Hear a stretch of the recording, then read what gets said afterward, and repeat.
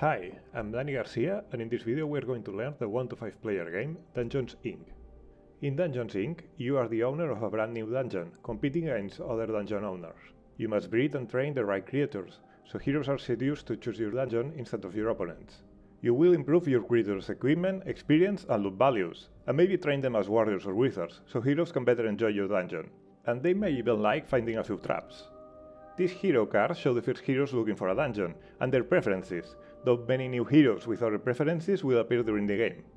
Depending on those preferences, attracted heroes will rate your dungeon with 1, 2, or 3 likes, and those likes will decide the winner of the game. After all, social media is all that matters nowadays. I will talk more about how heroes work and how to attract them to your dungeon later, but first, let's learn how to play. To set up, place the boards on the table and add the tower and the 5 workshops. Workshops are two-sided, so pick the 2-3 side or the 4-5 side depending on the amount of players. Add the grey cube on the capacity indicator on each workshop. Place the plus 20 lights tokens and the coins close to the board, creating the bank. Next, shuffle the 5 creature decks separately, placing them with the green side up on their spot on the board. From left to right, skeletons, goblins, zombies, vampires, and demons. Depending on the amount of players, you will have to discard some cards from each of these decks. For example, for a 2-player game, discard 9 cards from each deck. Then, deal the first card from each deck and place it face up, showing the creature side. After that, shuffle the boss deck, place it face down on each spot on the board and deal 3 face up cards, each one on a boss location. Do the same with the hero's deck. Shuffle it, place it face down next to the board and deal 3 face up cards, each one on a hero location.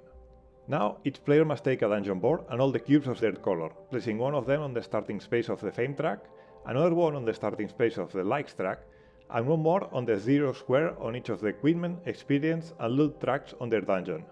Leave the other 20 close to the dungeon, creating the supply. Randomly select the initial player who will take the first player token. Finally, and only in 4 or 5 player games, each player must add the native creatures below their dungeon board. The game is now ready to start. The game is played over several rounds, which all players play at the same time. On each round, all players may do any or all of these actions, in this order. They may breed a new creature, then they may train their novice creatures, and finally, they may explore up to 2 creatures. After that, each player may attract a hero to their dungeon, or 2 heroes if they choose to pay 5 coins to the bank. You can use these cards to show the action in progress, dealing the next card once the last player has finished the current action. Once the round ends, whoever has the first player token passes it to the player on their left, and the next round starts. Now that we know the game structure, let's see how each of these actions work. When a new round begins, all players may breed a new creature, starting with the first player and following in clockwise order. Breeding implies taking one of the exposed creature cards and paying its cost in coins to the bank. As shown on the board, skeletons and goblins are free, while you have to pay 1 coin to breed a zombie, 2 coins to breed a vampire, and 3 coins to breed a demon. After paying its cost, you must place the selected creature on one of the 2 spots on the upper part of your dungeon.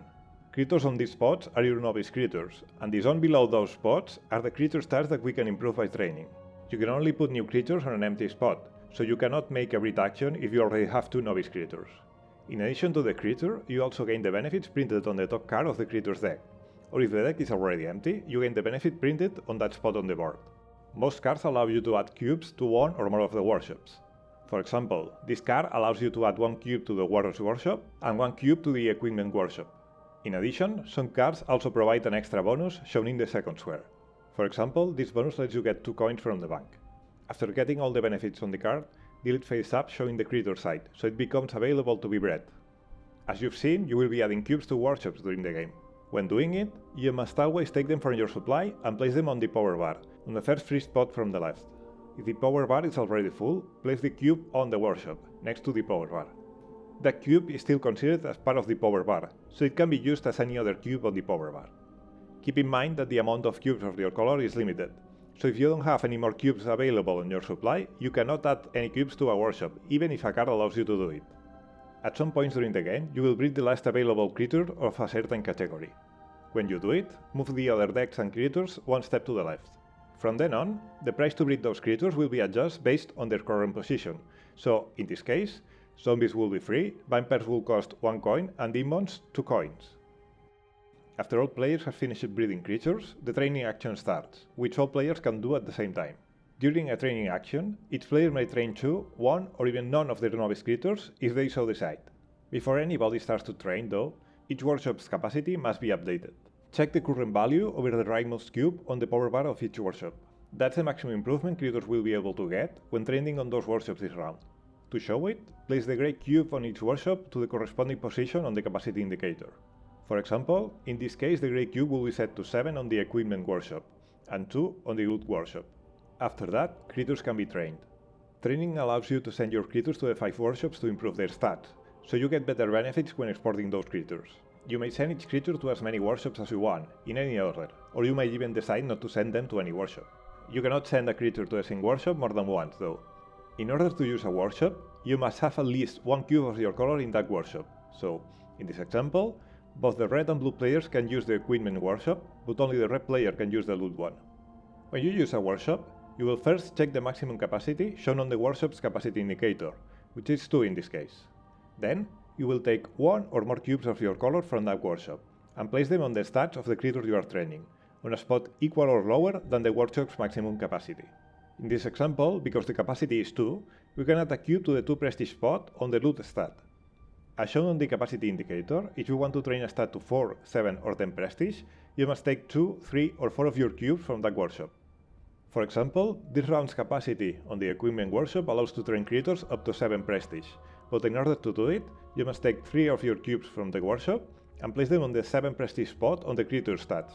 Keep in mind that it's not mandatory to train a creature up to the workshop's maximum, so, in the previous example, you could have taken 2 cubes to train the creature to 4 prestige, or a single cube to train it to 2 prestige instead.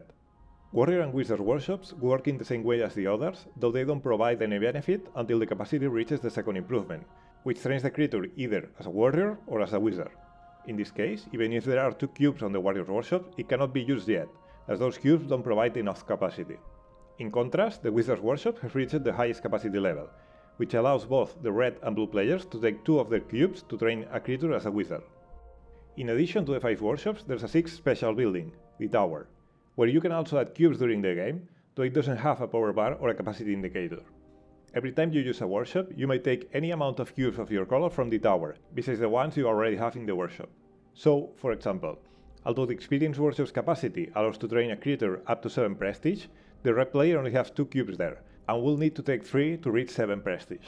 As there are red cubes in the tower, the red player decides to take 2 of them, plus another one from the Experience workshop, which makes a total of 3 cubes, enough to train a creature to 7 prestige. In addition, the tower also allows you to activate workshops in which you don't have any cubes of your color. For example, the green player cannot activate the equipment workshop because there are no green cubes on it, but as there is a green cube in the tower, he can use it to activate the equipment's workshop and train his creature to 2 prestige. Once all players have finished activating the workshops, it is possible that gaps have formed on their power bars. If that's the case, rearrange the remaining cubes on the workshops, aligning them to the left on the power bars, so it's easy to see the current state of the workshops after the activations. When all players have finished training, the export action begins. Starting with the first player and following in clockwise order, all players can export up to 2 novice creatures. They must export all trained creatures, which are creatures with at least 1 cube on their stats, and may also export any untrained creatures they have. It's important to notice that it's possible to gain certain bonuses during the game that will allow you to breed creatures during the export action. Creatures bred this way cannot be exported until the next round. Once it's your turn to export, if you're exporting 2 creatures, do the wall export process with any of them first, and then do it with the second one. When exporting a creature, you must calculate its prestige first. Add the prestige of all the training you've made to that creature, plus your creature's base prestige value, which is shown in the bottom left corner of the card. In this case, it will be 4, plus 2, plus 1, making a total of 7 prestige. That prestige will be important to decide how to export your creature, as you have 2 options. You can either sell the creature to increase your fame, or add it to your dungeon, so let's see both options. If you decide to sell your creature, remove the creature card from your dungeon, and return all the cubes on its stats to your supply now. First, you will either get 5 coins from the bank if your creature's prestige was higher than your current fame, or 3 coins if it was equal or lower. Then you must advance your cube on the fame track up to 3 times, gaining the bonus on each square you enter, but you can only advance your cube as high as your creature's prestige. So for example, if the red player whose current fame is 5 sells a 7 prestige creature, he will first get 5 coins. Then he will advance his counter to position 6, winning the bonus on that square, and again to position 7, also winning the bonus on that square. Though he can advance on the track up to 3 times with each creature sold, he has reached fame 7, which is equal to the creature's 7th prestige, so he won't be able to advance the counter anymore with this creature. As you've seen, you can only increase your fame if the creature's prestige is higher than your current fame, but you can still sell creatures with a prestige equal or lower than your current fame, or even 0 prestige creatures, in order to get some coins. That was the sell option, but instead of selling your creature, you can choose to add it to your dungeon instead. Adding creatures to your dungeon will provide you with many bonuses, and you will increase the chances of attracting heroes to your dungeon. If you decide to add a creature to your dungeon, the first thing you must do is to compare your creatures and your dungeon stats. For each stat in which your creature is higher than your dungeon, increase your dungeon's value by 1 point, and only 1 point. For example, when adding this creature to the dungeon, as it has an equipment value of 4, and the dungeon's equipment value is 3, the dungeon's value increases from 3 to 4. The creature's experience value is 7, also higher than the dungeon's value, which is 2, so it also increases, but only 1 point, from 2 to 3. Finally, the vampire's loot value is 2, same as the dungeon's value, so in this case, the dungeon's loot value won't change. Below most of the dungeon stat squares there's a bonus, which is applied every time you reach one of those squares. So, in the previous example, after increasing the dungeon's equipment level from 3 to 4, you win the bonus below square 4, which allows to add a cube to the equipment workshop. And after increasing the dungeon's experience from 2 to 3, you win the bonus below square 3, which in this case means getting 1 coin. Once you have updated the dungeon stats, you have to choose in which chamber do you want to put your creature. There are 5 possible chambers, and you can choose any of them, as long as your creature meets the requirements of the chamber. The creature must have 1 or more prestige to be on this chamber, 5 or more prestige to be on the second chamber, 10 or more prestige and be trained as a warrior to be on this chamber, and 10 or more prestige and be trained as a wizard to be on the fourth chamber, and finally 15 or more prestige and be trained both as a warrior and as a wizard to be on the last chamber. In addition, there can only be 5 cards on each chamber, so you cannot choose a chamber that already has 5 cards. In 4 or 5 player games, native creatures do count as a card for this limit. So, for example, this creature has a total of 15 prestige, 4 equipment, plus 7 experience, plus 2 loot, plus 2 base creature prestige. It's also trained as a wizard, so either this or this other chamber can be selected. Let's say you decide to add it to this chamber. Here's how it works. Each chamber provides a bonus the first time you add a creature to it, so if you've chosen an empty chamber, you gain that bonus now. In 4 or 5 player games, native creatures are ignored when checking this bonus, so you will still get the bonus with the first card you add to each chamber. As shown here, adding the first creature in chambers 1 or 2 allows you to draw a hero card, which I will explain in a bit. If you add the first creature or any of the other 3 chambers instead, you gain a boss for that chamber. In this example, you have chosen this chamber, which is empty, so you will start by drawing one of the 3 boss cards on the board and place it on the chamber. You must then deal a new boss card to replace the one you took, unless the deck is already empty. Whether you gain the first creature's bonus or not, return all cubes on the creature's stats to your supply now, and add the creature to the chosen chamber. If there are other creatures or bosses on that chamber, add it on top of the last one, but keeping the top part of all cards visible, like this. After that, get the bonus on each card on that chamber, in top to bottom order. This includes the bonus of the native creature in a 4 or 5 player game. So, in this example, after adding the vampire to this chamber, you will first get the native creature bonus, then the boss bonus, and then the vampire bonus. If you later add new creatures on this chamber, you will get these bonuses again, plus the ones on the new creature. Finally, you also get an extra bonus when you completely fill a chamber, either with 5 creatures or with a boss and 4 creatures. In 4 or 5 player games, native creatures already count as 1 creature on each chamber, so there's only room for 4 more. Whenever you completely fill a chamber, get the bonus printed on the back of the first card on the boss deck, or, if the boss deck is empty, the bonus printed on its position on the board. So, to recap, when adding a creature to your dungeon, you must update the dungeon stats and choose a chamber. And you will get the start bonus if it's the first creature on that chamber. Then you will get all the bonuses on the cards on that chamber, and finally the end bonus if there's already 5 cards on that chamber. After all players are done exporting, heroes can be attracted before finishing the round. Starting with the first player and following clockwise order, all players may attract 1 hero, or 2 if they pay 5 coins to the bank. Each type of hero prefers a different type of dungeon, as shown on the card, and each hero can rate your dungeon with up to 3 likes, depending on how well that preference is met. In this case, the wizard wants dungeons with creatures trained as warriors, and will rate them with 1 like if the dungeon has at least 3 warriors, with 2 likes if it has at least 5 warriors, or with 3 likes if it has 7 or more warriors. In order to attract a hero, you must at least meet its first preference level, so the wizard could not be attracted to a dungeon with less than 3 warriors. This means there will be rounds in which you can't or don't want to attract any of the available heroes. In 4 or 5 player games, native creatures are counted when trying to meet hero preferences, but only if there's at least 1 other creature on their chamber. There will always be 3 visible heroes next to the board, available for any player to attract them to their dungeon. These are the public heroes. In addition, during the game, you will obtain bonuses with the hero card symbol.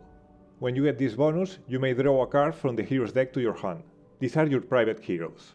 You can look at the private heroes on your hand whenever you want, but don't show them to the other players. You can only have a maximum of 3 private heroes.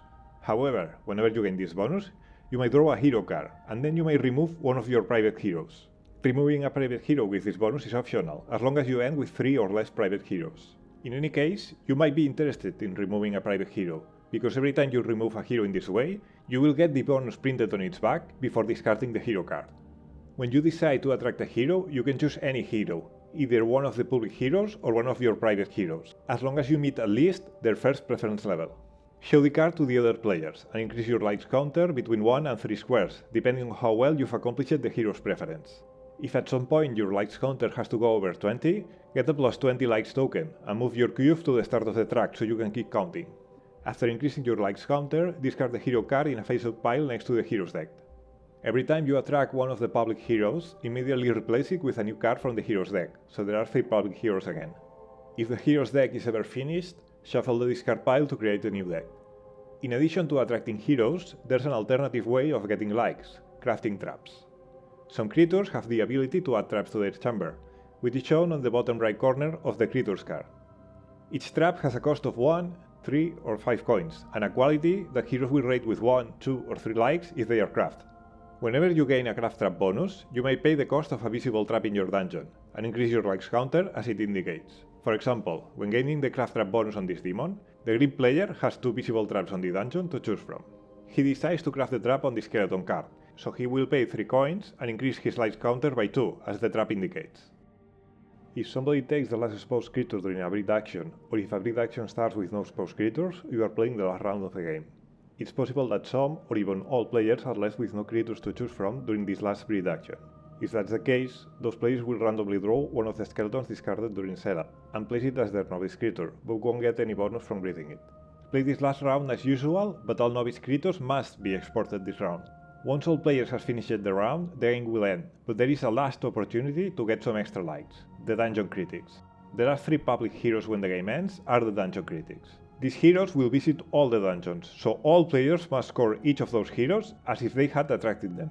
Once the Dungeon Critics has been scored, the farthest player on the likes track, adding any plus 20 likes tokens, wins the game. In case of a tie, check the preference of the first Dungeon Critic in top to bottom order. Whoever has a higher value on that preference wins the game. If the tie persists, check the second Dungeon Critic, and then the third one if there's still a tie.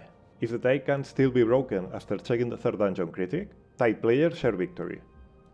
Before I end, you may have noticed there are many symbols and icons on the cards on the board.